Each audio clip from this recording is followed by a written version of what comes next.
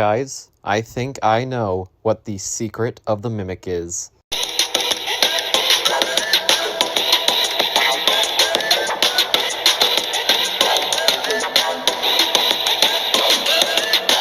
Alright, I literally just went through an entire brainstorm, and I think I might know what the secret of the mimic is. And to understand it, you're going to need to know what happened in the book. So here's a quick rundown. Just a quick note, I have not actually read any of the books. I'm waiting for the graphic novels to come out, so if anything is wrong, just let me know in the comments and correct me. So yeah, that if I get anything wrong, that's my excuse.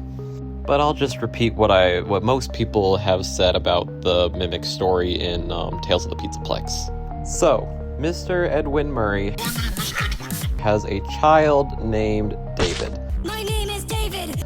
And he is a very needy child who just wants attention. You know, he's at that age where we just all want attention, you know? Like, he's a little baby. He's not like a full baby, but like he's probably somewhere between the ages of 3 to 5, maybe 6. Who knows, honestly? We don't really get ages in FNAF these days, or ever.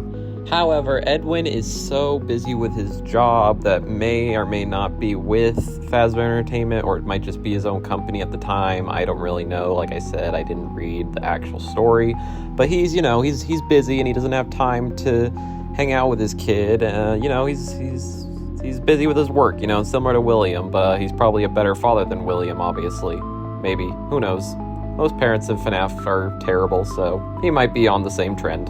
Something I do know, though, is he makes vacuum cleaners, so that's something. And so Edwin, being the smart inventor he is, solves this problem with technology.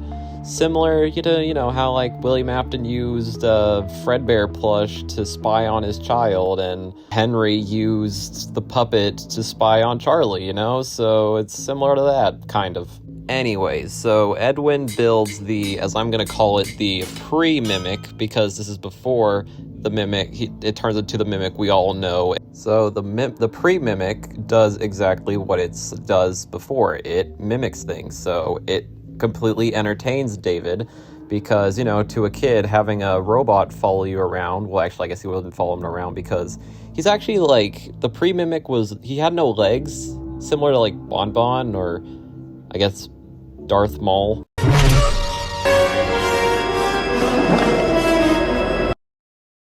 I don't know why that popped in my head. Star Wars reference, I guess. Anyways, the mimic entertains David, and apparently it like starts to mimic him, and it keeps David distracted and lets Edwin work on his work and not get distracted by his son. So problem solved, right? Well, kinda. You see, David really loved the mimic. Like, in fact, he even apparently taught it to eat ice cream, I think. I don't know about that one either. That I've heard about it. I don't know if it's true. I don't know if, like, the mimic really ate it or if it was, like, pretend. I don't know. Like I said, I didn't read the book. I'm still waiting for the graphic novel to come out. Release it already. Anyways, this is the day where things get bad.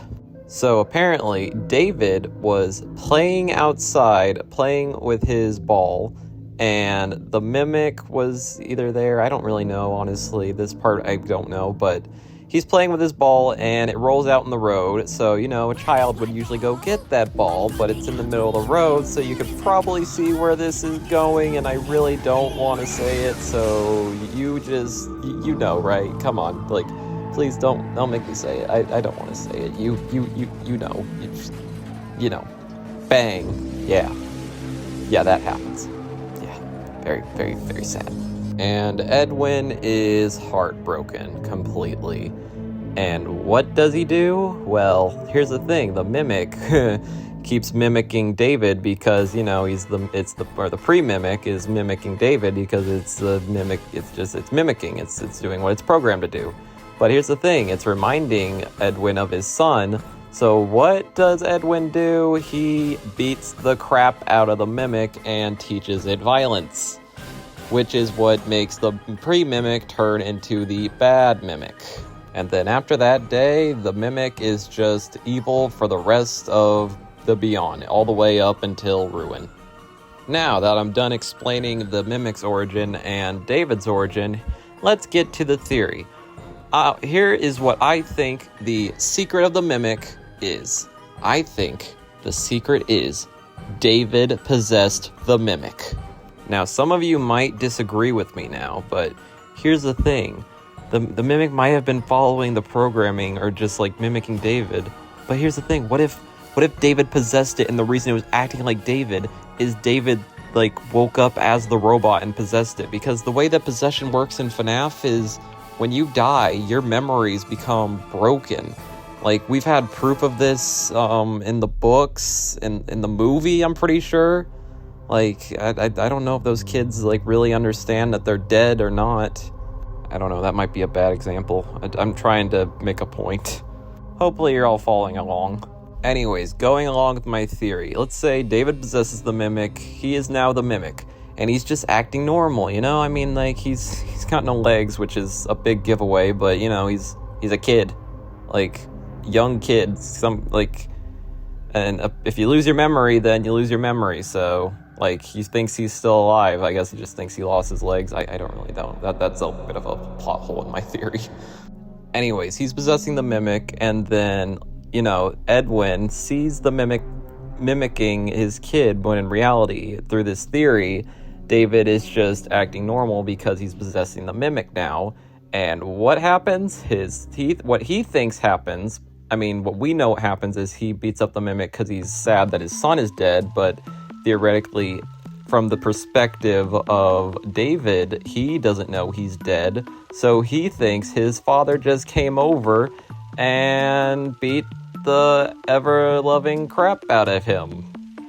Which might be why he keeps violence, because as a child, if you get beat up, you'd probably never trust another adult in your life, or any other human being, even depending how young you are. I really wish that we got an age for David, because that would be very helpful to see, like, how that would affect his, like, brain and motivation, I guess.